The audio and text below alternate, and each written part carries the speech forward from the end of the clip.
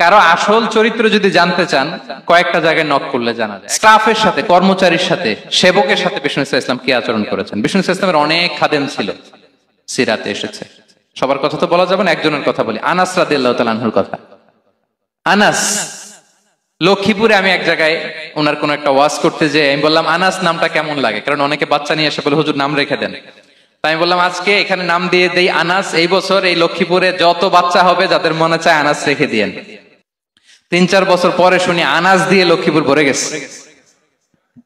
অনেকে আমাকে জানাইছে ছেলের নাম কি আনাস, তো বলে যে ওই যে হুজুর আপনি 19 সালে আমাদের লক্ষ্মীপুরে এসে বলছিলেন, ওই কথা থেকে আমরা পেটে ছিল বাচ্চা, আমরা নিয়ত করে ফেলছি আনাস রাখবো। আনাস নামটা অনেক সুন্দর না? সাহাবাদের নামগুলো চুজ করে করে ছেলেদের নাম রাখবেন। উনি ছিলেন বিষ্ণু ইসলামের খাদেম। কোনদিন তিনি কোন ওনার স্টাফকে, সেবককে, খাদেমকে মারধর করেন নাই, কোনদিন না। আমরা তো পান থেকে চুন খসলে আল্লাহ, বাংলাদেশে ওই যে লোহার খুন্তি গরম করে কাজের মেয়ের পিঠে শেখা দেয়া হয়, এরকম আছে না নাই? ডাকাত বলেন, মানবাধিকার কর্মী, আবার নারী আন্দোলনের বড় নেত্রী, কিন্তু ঘরের ভেতরে দেখা যায় তার আসল চরিত্র। কারো আসল চরিত্র যদি জানতে চান কয়েকটা জায়গায় নক করলে জানা যায়। এক হচ্ছে তার বউ, তার ব্যাপারে কি বলে, তার স্ত্রী। এরপর তার ড্রাইভার কি বলে, তার ঘরের কাজের মহিলাটা কি বলে। এদের কাছে নক করলেই আপনি বড় সাহেবের আসল তথ্য পেয়ে যাবেন। কথা বুঝতে পেরেছেন? আনাস রাদিয়াল্লাহু তাআলা আনহু বলেন, খাদিমতুন নবিয়্য 10 সিনিন ফামা ক্বালা লি উফ ফামা ক্বালা লি লিমা সানা'তা ওয়ালা লিমা লা সানা'তা। আমি 1 বছর 2 বছর নয়, 10 বছর বিশ্বনবীর খাদেম ছিলাম। আওয়াজ করে বলেন তো কয় বছর? একদিনের জন্য আমার কোনো কাজে বিরক্ত হয়, উহ ইস আরে, বিরক্ত হয় আমরা এগুলো বলি না? একদিনের জন্য বলেন, একদিন, একটি মুহূর্তের জন্য। এই 10 বছরে একটিবারও পেয়ারা নবীজি বলেন নাই আনাস এটা কেন করলে। একবারের জন্য বলে নাই আনাস এটা করলে না কেন, একবারের জন্য তিনি বলেন। আনাস রাদিয়াল্লাহু তাআলা আনহু বলেন, একদিন একটা কাজে সম্ভবত জুব্বা আনতে আমাকে বিষ্ণু পাঠিয়েছিলেন। আমি ছোট মানুষ, জুব্বা আনতে যে ভুলে আমি মদিনার বাচ্চাদের খেলা দেখতে আরম্ভ করলাম। বাচ্চারা রাস্তায় খেলাধুলা করে না, বিশ্বনবী যেটা আনতে পাঠিয়েছে ওইটা না এনে ভুলে, ছোট মানুষ তো, সেও দাঁড়িয়ে দাঁড়িয়ে মদিনার ছেলে মেয়েদের খেলা দেখতেছে। এখন সময়ের পর সময় যায়, ঘন্টার পর ঘন্টা যায়, আনাস তো আর আসে না জুব্বা নিয়ে। বিষ্ণুনবী ভাবলেন হায় রে, আনাস মনে ভুলে গেছে, যাই নিজের কাজ নিজেই করে নিয়ে আসি। বিষ্ণুনবী বেরোলেন, বেরোই দেখে ওই তো আনাস, আমার আনাস বাচ্চাদের সাথে খেলা দেখতেছে। আমরা হইলে কি করতাম? আমরা হইলে কি মাইর, ওই যে ডাইরেক্ট মাইর। আল্লাহ, আজকে তোর একদিন কি আমার একদিন না?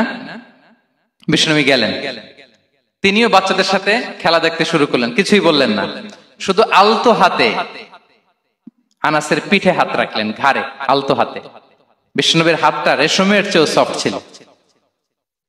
হাত রাখলেন, হাত রাখাতে আনাস রাদিয়াল্লাহু তাআলা আনহু ফানাযারতু ইলাই, তিনি বললেন আমি পিছনের দিকে তাকালাম, বিষ্ণুনবীর দিকে আমি তাকালাম। হঠাৎ করে দেখলাম যে বিষ্ণুনবী। তাকানোর পর পর আমি ভয় পেয়ে গেলাম, কিন্তু বিষ্ণু ইসলাম ধমকও দেয় নাই, কিরে আনাস তুই এখানে, এটাও বলে নাই। তাকালাম, ওয়া হুয়া ইয়াদহাক, তিনি একটা মুচকি হাসি দিলেন। বললেন আনাস তোমাকে না কাজে পাঠিয়েছিলাম, এখানে কেন? আনাস বলে ইয়া রাসূলুল্লাহ ক্ষমা করে দেন, আমি যাচ্ছি। আনাস বলে বিশ্বনবীর সেদিনের মুচকি হাসির শাসন মরার আগের দিন পর্যন্ত আমার এই সোজা রাস্তায় রেখেছে। ভাইরা আমার, শাসন করতে জানলে পিট্টি দেয়া লাগে না, ধমক দেয়া লাগে না, মার দেয়া লাগে না। শাসন করতে জানলে একটা মুচকি হাসি দিয়ে শাসন করা যায়। এবার জানবো স্ত্রীর সাথে আচরণ। স্ত্রী যার সাথে আমার সম্পর্ক খুবই গভীর, খুবই মজবুত, তার সাথে কেমন আচরণ ছিল। সিরাতে অনেক কথা এসেছে, আমাদের সময় নেই, সংক্ষেপে বলি। স্ত্রীদের তিনি আগে সালাম দিতেন, মসজিদ থেকে ঘরে পৌঁছে দিতেন, ঘরের কাজে সহযোগিতা করতেন, ওঠে ওঠার সময় হেল্প করতেন, মাঝে মাঝে স্ত্রীদের পরামর্শও নিতেন। আপনারা এগুলো করেন তো? করেন? এই যে আওয়াজ নাই, পেছনে কিন্তু ভাবিরা বসে আছে সবাই। উল্টা পাল্টা বললে এখানে উইটনেস আছে, খবর আছে আজকে। এগুলো করেন? করেন? হ্যাঁ, করতে হবে, করতে হবে। বিষ্ণু ইসলাম নিজ হাতে ঘরে উটের দুধ দহন করতেন, রুটি সেকা দিতেন, কাপড় সেলাই করতেন, এই কাজগুলো করতেন। এবং আম্মা জান আয়েশা রাদিয়াল্লাহু তাআলা আনহাকে এত ভালোবাসতেন, তিনি বলেন আমি গোশত খেয়ে ওইটার হাড্ডিটা রেখে দিলে বিশ্বনবী আমার খাওয়া হাড্ডিটা নিয়ে আবার চষতে শুরু করতেন। আমি গ্লাসের যেখান দিয়ে পানি খেতাম, পেয়ালার খুঁজে খুঁজে বিশ্বনবী ওই জায়গায় ঠোঁট লাগিয়ে পানি খেতেন। মাইমুনা রাদিয়াল্লাহু তাআলা আনহা বলেন যে আমি আর বিশ্বনবী এক বালতি থেকে মগ দিয়ে পানি নিয়ে দুজনে গোসল করেছি। আল্লাহু আকবার, কি চমৎকার আচরণ। এবং স্ত্রীদের নিয়ে তিনি সফর করতে বেরোতেন। একবার রাত্রিবেলা বিষ্ণু সাল্লাল্লাহু আলাইহি ওয়াসাল্লাম এবং আম্মা জান আয়েশা রাদিয়াল্লাহু তাআলা আনহা, বিষ্ণু বলেন চলো তো আমরা একটু দৌড় দেই, এক্সারসাইজ হয়ে যাবে। দুইজনে দৌড় দিলেন। তখন আম্মা জান আয়েশা রাদিয়াল্লাহু তাআলা আনহা একটু স্লিম ছিলেন, তো দৌড়ে বিশ্বনবী পিছে পড়ে গেলেন, আম্মা জান আয়েশা ফার্স্ট হয়ে গেলেন, আগে চলে গেলেন। বড্ড খুশি, উনি বিশ্বনবীকে হারিয়েছেন। আবার অনেক বছর পরে, তখন সময়ের ব্যবধানে আম্মা জান আয়েশা একটু হেলদি হয়ে গিয়েছেন, আগের মতো আর চিকন নেই।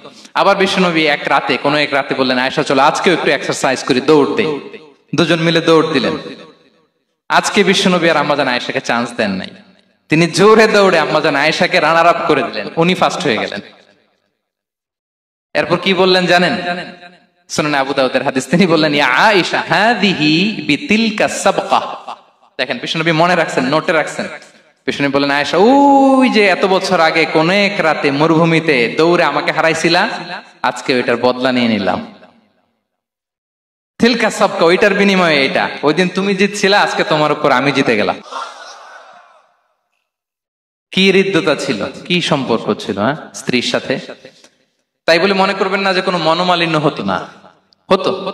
মানবিক যে ব্যাপারগুলো, মাঝে মাঝে একটু ছোটখাটো মিষ্টি ঝগড়া, একটু মনোমালিন্য, এটাও হতো। এবং বিশ্বনবী এটাও টের পেতেন। তিনি বলতেন আয়েশা ইন্নী লা আ'লামু ইযা কুনতি আলাইয়া গাদবা ওয়া ইযা কুনতি আলাইয়া রাদিয়া। আয়েশা, কখন তুমি আমার উপর রেগে থাকো আর কখন খুশি থাকো সবটাই কিন্তু আমি টের পাই। আম্মা জান আয়েশা অবাক হলেন, কি করে টের পান? বিশ্বনবী বলেন যখন তুমি আমার উপর খুশি থাকো তখন দোয়ার সময় বলো লা ওয়া রাব্বি মুহাম্মদ, তুমি বলো হে মুহাম্মদের রব আল্লাহ, মদিনার উপর রহম করেন, আমাদেরকে ক্ষমা করেন। হে মুহাম্মদের রব, আমাদের ক্ষমা করেন, এইভাবে দোয়া করো। আর যখন তুমি রেগে থাকো তখন আমার নামটা মুখ দিয়ে নিতে চাও না, তখন তুমি দোয়াতে বলো লা ওয়া রাব্বি ইব্রাহিম, হে ইব্রাহিমের আল্লাহ, হে ইব্রাহিম নবীর খোদা, আমাদের মাফ করো। তখন তুমি আমার নাম নাও না, কৌশলে আমার নামটা বাদ দাও। আম্মা জান আয়েশা বলেন ইয়া রাসূলুল্লাহ মা আহজুরু ইল্লা ইসমাক, নবী হে আমি তো আপনার নামটাই শুধু মুখ থেকে বাদ দেই, আমার হৃদয় থেকে তো কখনো আপনারে বাদ দিতে পারি না। এটা ঠিক, তখন রেগে থাকি, আপনার নামটা মুখে নেই না, কিন্তু হৃদয় থেকে তো আপনাকে সরাতে পারি না। সুবহানাল্লাহ। এই ছিল বিষ্ণুর সাথে স্ত্রীদের সম্পর্ক, প্রিয় ভাইরা।